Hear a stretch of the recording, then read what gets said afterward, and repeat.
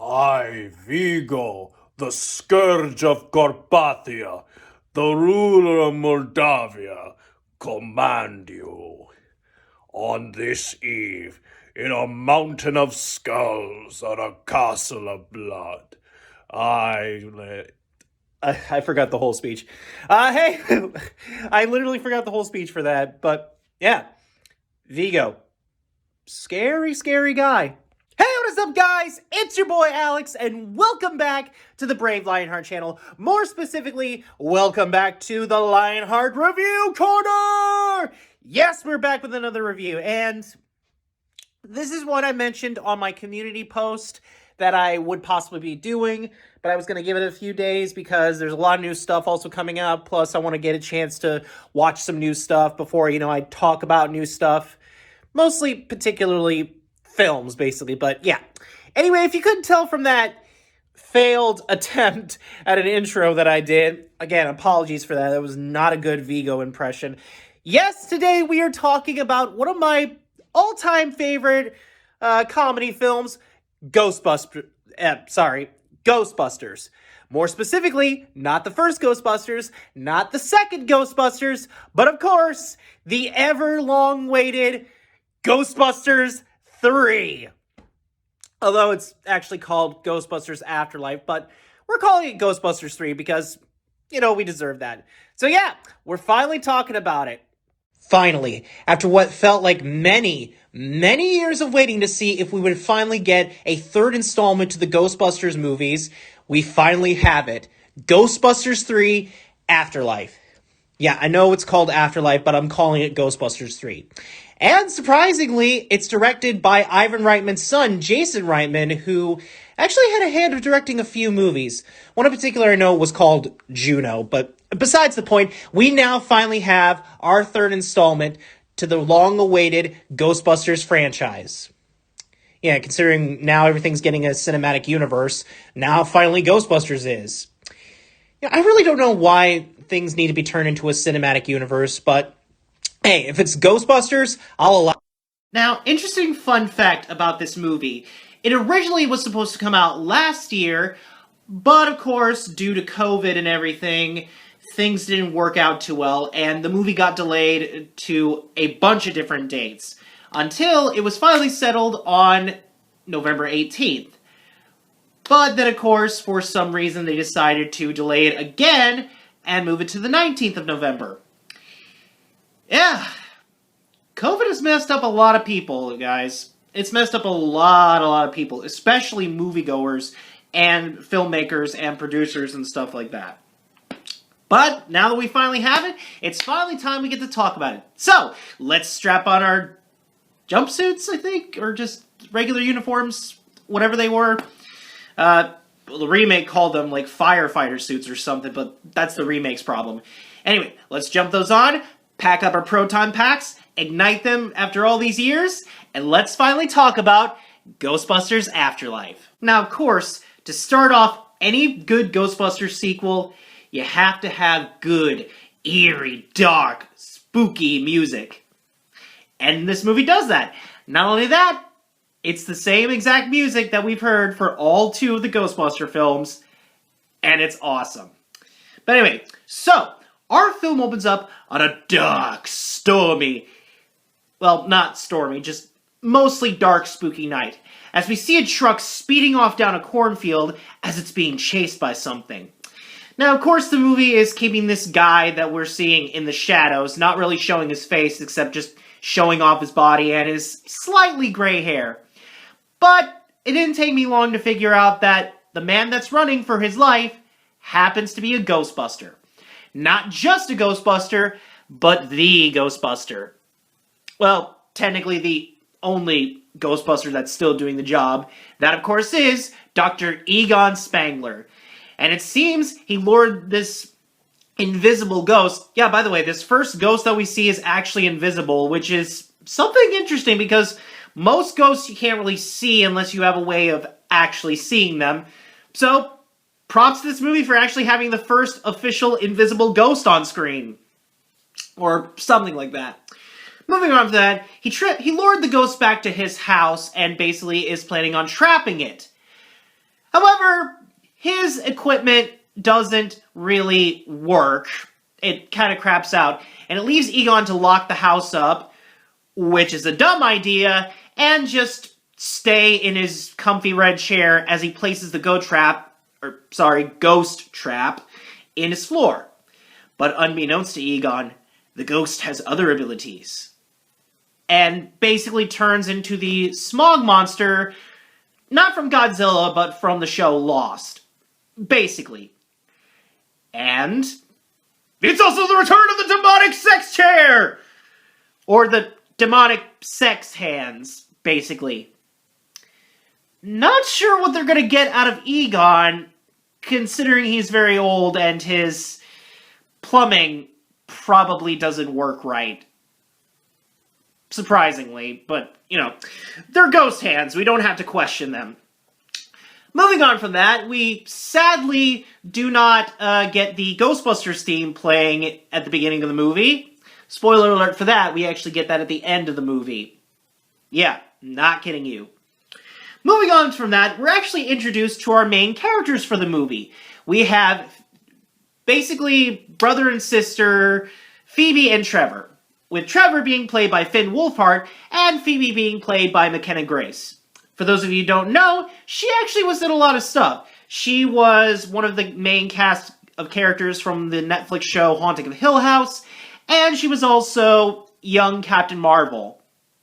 Crazy that she goes from someone being able to talk to, or not really talk to dead people, but basically sense dead things, to being one of the biggest like Marvel heroes, now being a Ghostbuster in training. Surprisingly. And I do have to admit, Finn Wolfhard portraying the character that he is in this movie, I definitely could tell he had a fun time on set, especially considering he got to be a Ghostbuster. Just a little bit, you know, we'll talk about that. We'll talk about that once we get to his character development for the entire movie. So, them and their mother, I'm gonna have to look up the name of this this actress's character because I forgot about it while watching the movie. Anyway, the two kids and their mother are enjoying their life in their apartment, which I assume is in New York. I'm gonna talk to you guys about a theory about that after this review.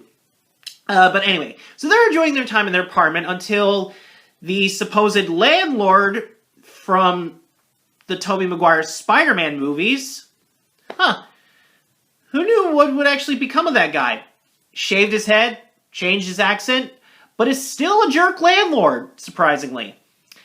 I guess he took that message of Peter saying you'll get your rent if you fix the door too well.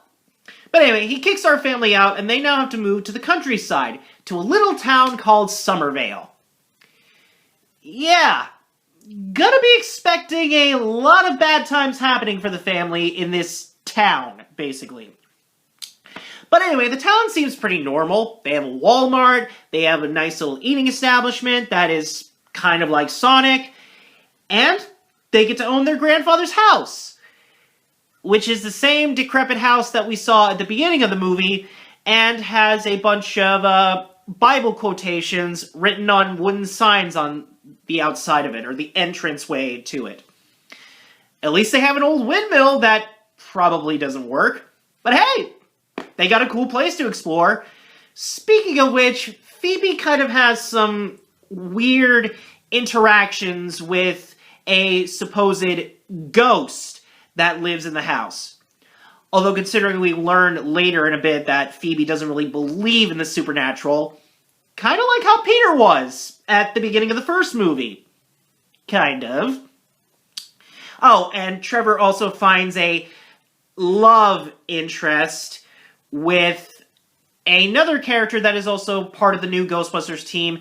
I'm gonna have to look up her name too, just to let you guys know. I'm gonna forget a lot of character names for that. And things are going pretty well. They get to go to school, and they have a pretty funny, awesome teacher with them. Mr. Gruberson. Or Mr. Gruber, actually. I forgot if it's Gruberson. It's Gruber. Well, his character name is actually Craig, so we're just going to call him Craig. Basically. And he's surprisingly played by Paul Rudd. And I have to admit, Paul Rudd is... Sorry, just ate a little bit ago, so I might sound a bit logy a bit. But yeah, Paul Rudd is actually a really fun character to watch in this movie. As is our next character we're introduced to. Ladies and gentlemen, allow me to introduce you the fourth member of this new Ghostbusters team, Podcast. Podcast. Sure, he doesn't really have another name for his character in this movie? Well, surprisingly, no, this character does not have another name in the movie, so there is that. Although there are some more interesting facts about Podcast, he has his own podcast about the supernatural, and is sort of the resident know-it-all about, supernatural stuff and ghost sightings that have happened. Which, fun fact, there hasn't been a ghost sighting in Somerville in 30 years. Ooh, foreshadowing! Or something like that. I apologize, I know that was a bad joke. But moving on from that, he also found something interesting near the mine shaft, which also, fun fact, guess who owns the mine shaft? Ivo Shandor. Yes, after owning a building and basically being the architect for the building, he decided to build a mine shaft. In fact, we find out later in this movie that he owned basically the entire town. Is there anything that this guy won't own to basically build a Gozer worshipping temple or temple to bring Gozer back? Spoiler alert, we'll talk about that in a sec. But yes, Podcast takes Phoebe to basically where the mine shaft is and shows her carving that is basically of Gozer and his terror dogs. Yeah, by the way, I also had to look that up, that they were called terror dogs. Surprising, isn't it? But that's not the only thing that Phoebe finds that's interesting, as the ghost that is leading her around in the place, she actually finds the ghost trap that was hidden in the floorboard. So she does the next logical thing when finding a ghost trap that contains a ghost inside of it. Take it to her teacher, of course, who just so happens to be a big... sorry, that was a burp. Just happens to be a big Ghostbusters fan. And he shows them all the footage of the stuff that happened in 1984 with the whole Gozer incident and all that. And then he decides to do something dumb by powering the trap up and releasing what I assume to be an astral form for the terror dogs. I mean, the movie doesn't really explain what it is, but I could definitely figure out what it looked like. So I'm going to go with the fact that it's an astral form of the terror dog. So, yeah. Speaking of the terror dog, it actually makes its way back to the hidden temple in the mine shaft. Yay, that literally cannot be good. Now you're probably thinking, well, they surely have to find something to definitely trap that ghost in again, or something that could, get it. Well, specifically, Phoebe does find Egon's lab. And it basically took me a while to figure this out, but the ghost that's actually been helping Phoebe is actually Egon. Which means I forgot to mention that Egon dies at the beginning of this movie. Yep. To all you Harold Ramis fans out there, I'll give you my condolences because he was a great man. He was a really great man. But yeah, so basically, Egon's ghost has been helping Phoebe out this entire film, leading her to places where she would need to basically become a Ghostbuster. And surprisingly, Podcast does figure that out when he well, actually, no. Podcast already figured that out when they found the Ghostbusters trap. Realizing that, yeah, Phoebe, your grandfather's a Ghostbuster. But not just a Ghostbuster. I already did that, so we're moving on from that. And Trevor is actually having his own little adventure with his supposed girlfriend, which I did look up her name. Her character name is Lucky. Yeah. Great name. Must have had great parents to name that character. Anyway, so they're enjoying their time over at the top of where the mine shaft is. And they also disturb a bunch of other ghosts that have laid dormant for years and now have gotten out and gone back to the temple to power up the terror dogs. Speaking of the terror dogs, we'll get to that in a sec. But actually, it's time for Phoebe to test out the proton pack. And I will admit, hearing that proton pack ignition sound after many, many years, it's so satisfying to hear that sound and see how much they've updated the proton stream. And they did a great job on that. And surprisingly, it works pretty well for the new ghosts we're introduced to the movie. Ladies and gentlemen, let me introduce you to the new Slimer for the film, Muncher. And it's a pretty decent design for a new ghost. And surprisingly, for their first time capturing a ghost, they don't do too bad. I mean, Podcast kind of messes up throwing the trap out and lets the ghost escape, which is surprising because Muncher can just bite through the proton stream. That's new. So they get help from Phoebe's brother Trevor, who's actually been driving Ecto-1 around. Yeah, I forgot to mention Ecto-1 is in this one. There was a scene where Trevor found it and he's been fixing it up so he could have his own car. But we later find out that he failed his driver's test, so I'll give him an A+ for doing some decent driving and some decent stunts with it. So our team now goes out to chase after the ghost, and it goes pretty well the second time, especially introducing a new trap for our heroes to use, a little mini ghost trap car that comes out of the back of the Ecto-1. Oh yeah, and Ecto-1 also has a gunner seat, which is honestly cool. So our heroes basically capture the ghost, and it leads them straight back to the mine. Yeah, it's all coming together. Though there is also the problem that they also get caught by the police, and they do get one phone call, which the cop kind of ruins it by saying, "Who you gonna call?" The only person that Phoebe knows how to call. Ray Stantz, everybody! Yes, we have the original cast back from the first two Ghostbuster movies. Mostly, Janine's back, Dana's back, Peter, Winston, Ray, they're all back. And hey, this movie is actually in canon with the first two movies. Ray still owns the bookstore. Though, sadly, we do find out the reason why the Ghostbusters kind of disbanded and what the guys have been doing these past few years after they left the business. We also find out what happened to the firehouse. Turned into a Starbucks. I'm starting to think that maybe Slimer probably got a job there working at the Starbucks. Though he could be leaving his ectoplasm in all the coffee drinks and all the food, so, yeah, he'd be fired pretty quickly. Just saying. So yeah, basically their mom is upset, but Phoebe's more upset that the cops called her grandfather crazy, and she almost blasts them with a proton stream, which I would have loved to see her do, because the cops in this town are pretty freaking annoying. Anyway, moving on from that, remember I said before, speaking of the terror dogs?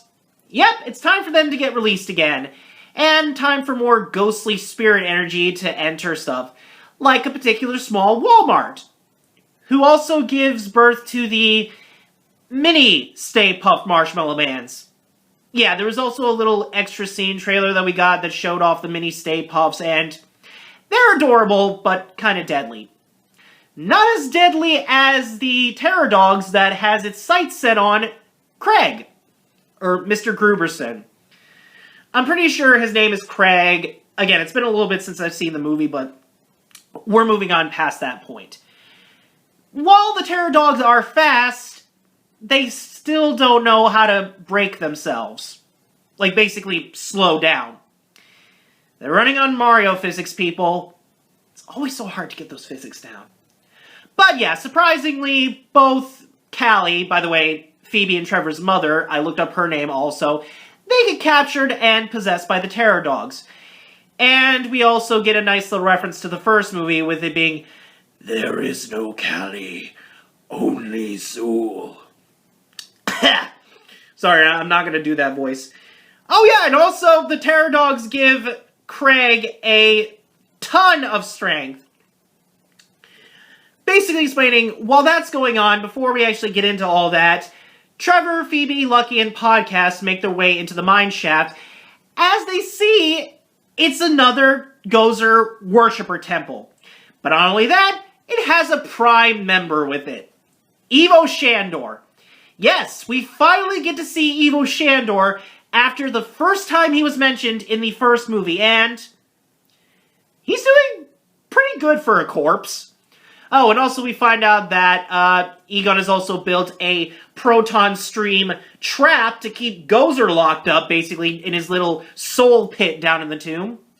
Which doesn't work out too well, because Craig basically destroys it with his super terror dog strength. Actually, no, he uses his strength to move one of the proton pack streams into the others, destroying them. So yeah, Gozer's back. After the two actually had terror dog sex to bring it back. Yeah, still very questionable. So now the kids realize that Gozer is making its return. Again, the first movie told us that it's not really a he or she, and it can be whatever it wants. And yet I feel like already I've messed up so many times calling it it instead of a he or something. But yeah, so now the kids realize that Gozer is returning, so it's now time for them to get in their suits. Yeah, about 30 minutes or so, or actually no, it probably wasn't 30 minutes because the movie was actually 2 hours long. Yeah, third Ghostbuster movie that we got was 2 hours long. Or more or less 2 hours and 40 minutes, but who's counting? So anyway, they get their suits on, they get their proton packs. Well, Phoebe gets hers from the police lockup, because she's technically the only one with the proton pack. For now, at least. I'll talk about that in a sec. So yeah, they all get their stuff together, they head to the mine, and it's at that point that Gozer is now there. Oh, and also Ivo Shandor is there too. Still, and yet somehow is alive. Though he does get killed off pretty quickly, and in the coolest possible way. Like, Gozer just walks up to him and rips him in half, and I'm like, okay, Gozer got a little bit stronger since the first movie. So yeah, what else does Gozer do? Just chills out on its throne and just pimps out in its small temple. You know, not gonna destroy the world or anything, just gonna chill out and relax, I guess. So it's up to Phoebe to save the day with her jokes. Yeah, there was this whole thing that Phoebe had throughout the whole movie that she was going to tell jokes. Yeah, it was kind of funny. Some of them were fun. And if you think that Gozer was going to do the whole, "Are you a god?" and zap Phoebe, no. Technically, it just asks, "Have you come to die?" And Phoebe's just like, "No, have you?" And then the kids basically trap one of the ghost dogs. Yeah, Podcast basically lured out the little ghost car trap thing right in front of one of the dogs. I think one of them noticed it, but just didn't care about it. And it got instantly trapped. Which makes me kind of think, why didn't the Ghostbusters use this plan in the first movie?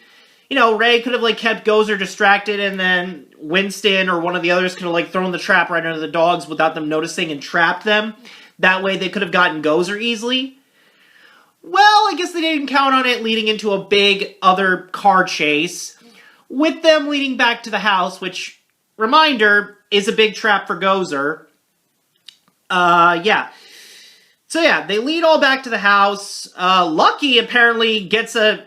Yeah, that's one of the other characters that I forgot to mention. I probably already mentioned that, like, that was one of the other team members for the new Ghostbusters team. She gets a proton pack, which I'm pretty sure was from the basement.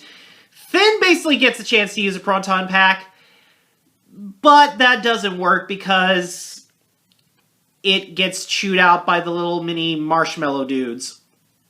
Not sure how they ended up there, but okay, sure. That's how they're gonna fit relatively into this. So yeah, it's just basically down to Phoebe, but Gozer basically breaks out of the proton stream, destroys the ghost trap, and one of the terror dogs possesses Lucky. So yeah, looks pretty bad for our heroes now, doesn't it? But then, out of nowhere, we hear someone shout, "Hey, Flat Top!" And then, right in that moment, we see the original Ghostbusters back in their suits and wearing the proton packs. Yep. Just give me 1 second. 1 second, I'll be right back. Yes! Yes! Yes! Yes! Oh, this is too perfect! They look so good in the suits and on the proton packs. It's just amazing! Thank you, Jason Reitman!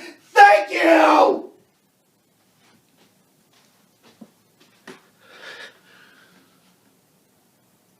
Oh.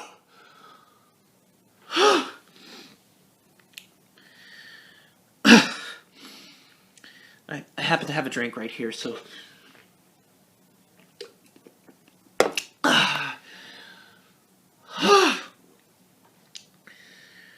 I'm sorry. I needed a fanboy out there for a second. Whew! Come on, man. Okay. So, like I said, they're in their suits with the proton packs, and it's just so awesome. Okay, moving on from that. So, the original Ghostbusters come out to help our new team of Ghostbusters, and they try to do the whole crossing the streams thing.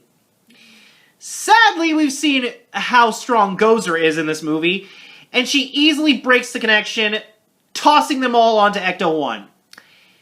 Thankfully not breaking their fragile old bones, because, let's face it again, they're old.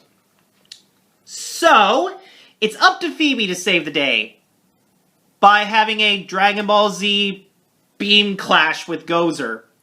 But she happens to have help, not only from the original Ghostbusters, not only from her brother who gets his proton pack working thanks to podcasts and having a little mini microphone proton gun. I'm not sure how that works. But Phoebe also gets help from her grandfather, who's still a ghost, by the way, in this movie.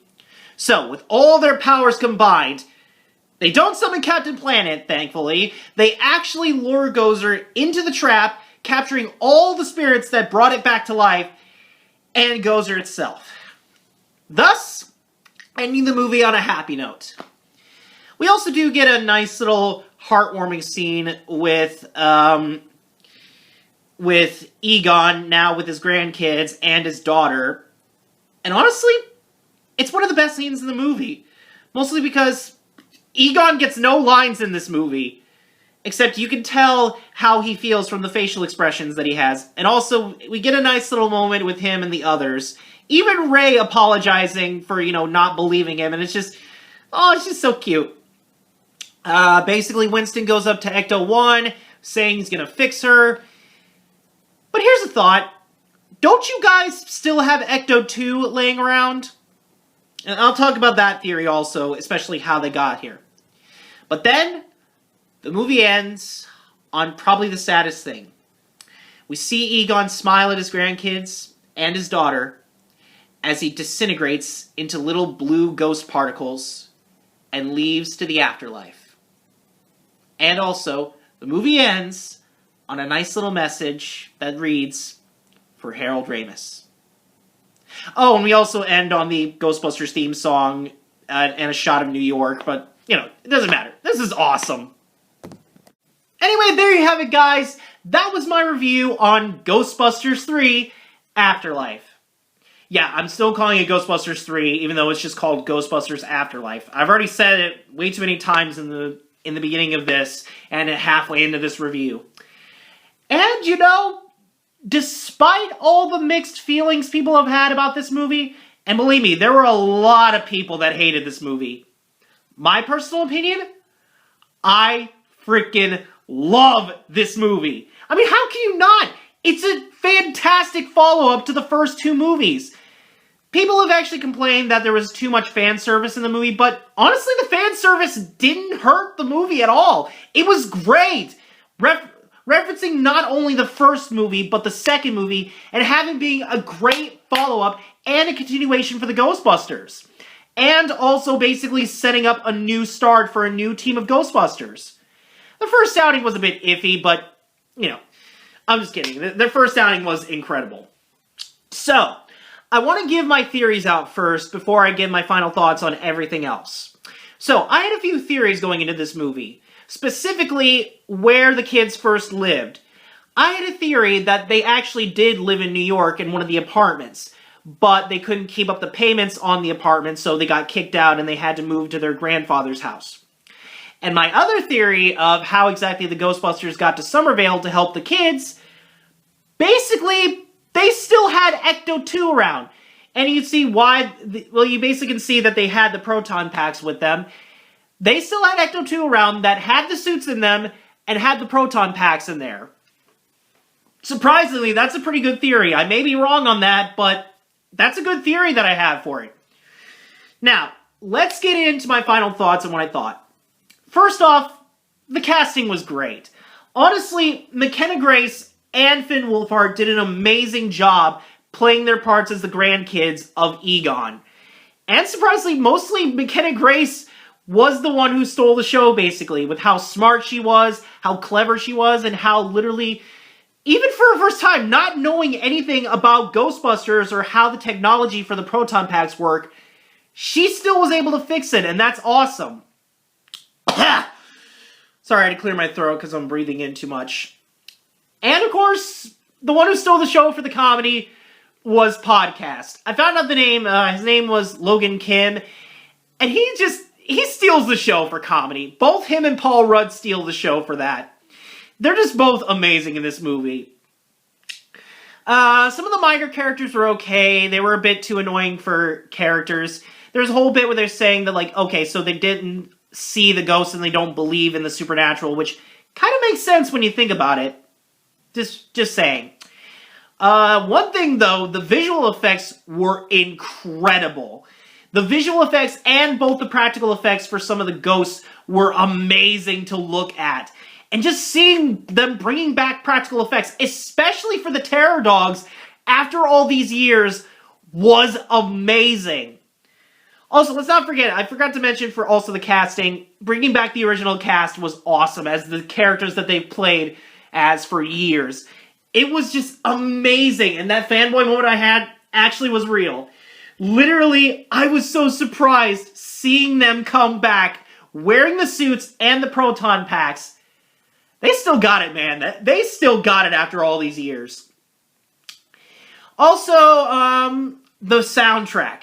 Bringing back the old Ghostbusters music was a perfect choice just to bring so many fans back and feeling that nostalgia that the first two movies gave.